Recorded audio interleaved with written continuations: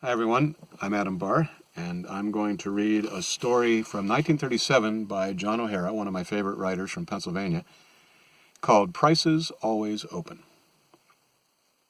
The place where everybody would end up before going home was Price's. This was the second summer for Price's. Before that, it had been a diner and an eyesore. The last man to run the diner had blown town owing everybody, and somehow or other that had put a curse on the place.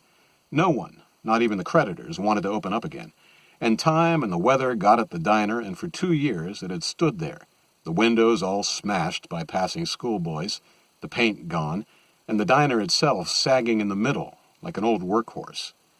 Then last summer, Mr. Price got his bonus, and he went into the all-night restaurant business. The first thing he did was to get permission to tear down the diner and put up his own place. It was a corner plot, and he built his place twice as wide as the diner had been. The village fathers were only too glad to have Mr. Price build. In other times, they never would have let the place get the way the diner had. The neatness of the village was always commented upon by new summer people, and bragged about by those who had been coming there for generations.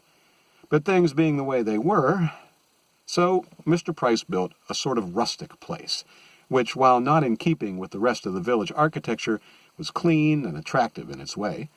All the signboards were simulated shingles, and the lettering had been described as quaint.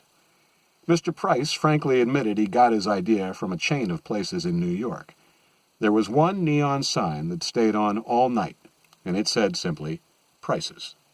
Nothing about what Prices was. Everyone knew.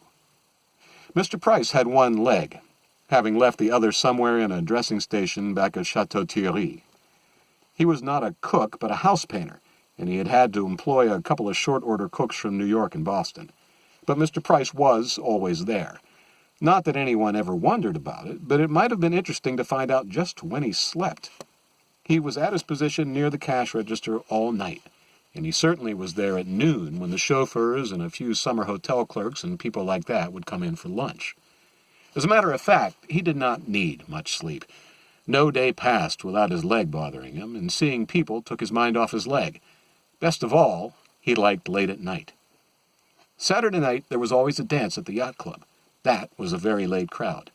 The dances were supposed to stop at 1, but if the stricter, older members had gone home, the young people would keep the orchestra for another hour or two, or even after that they would hang around while one of the boys played the piano. The boy who played the piano was Jackie Gerard.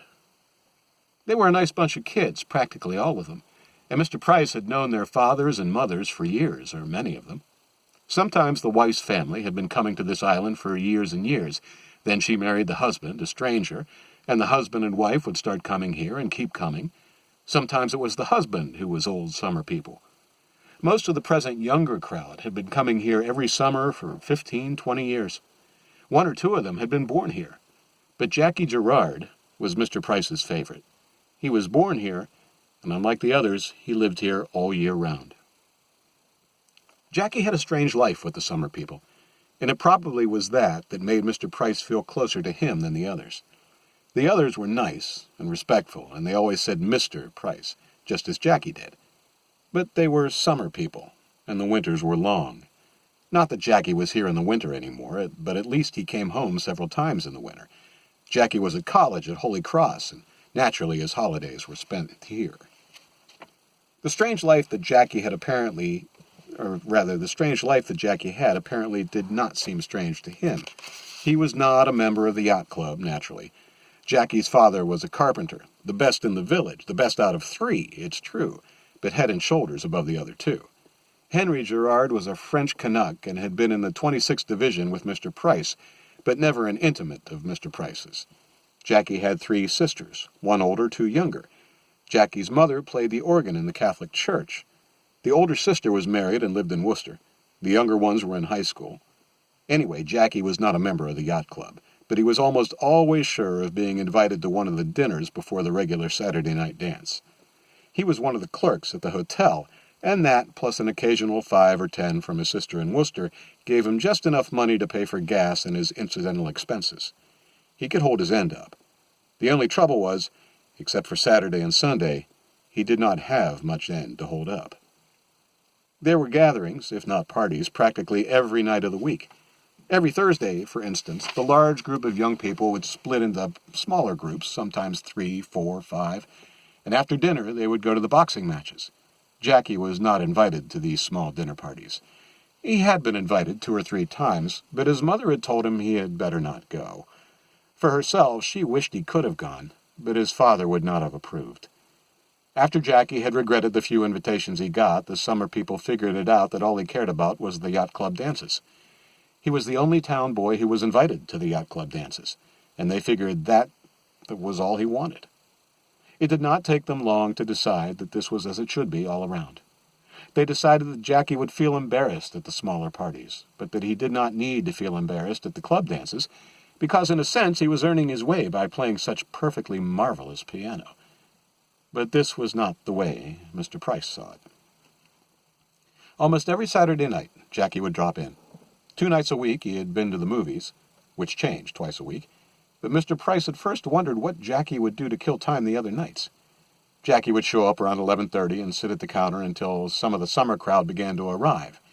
They would yell at him, "Hey, Jackie! Hey, kid, how's it, Jackie?" And Jackie would swing around on his stool, and they would yell at him to come on over and sit at a table with them. And he would sit at the table with whichever group arrived first.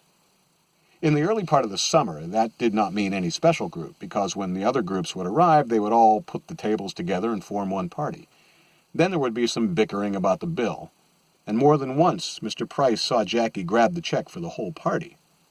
It was not exactly a big check, but you could not eat much more than 40 cents worth at Mr. Price's without making a pig of yourself, and the usual order was cereal, half milk, half cream, and a cup of coffee, total 20 cents. But you take 14 of those orders, and you have a day's pay for Jackie. As the summer passed, however, the large group did break into well-defined smaller groups, one of 6, several of 4. By August, there would be the same foursomes every night, and one of these included the Leach girl. The Leaches were not old people in the sense that some of them were. The Leaches belonged to the newcomers who first summered in this place in 1930 and 1931. They had come from one of the more famous resorts. Louise Leach was about 12 when her family first began to come to this place, but now she was 18 or 19. She had a Buick convertible coupe. She was a New York girl, whereas most of the other boys and girls were not New Yorkers. They all went to the same schools and colleges, but they did not come from the same hometowns.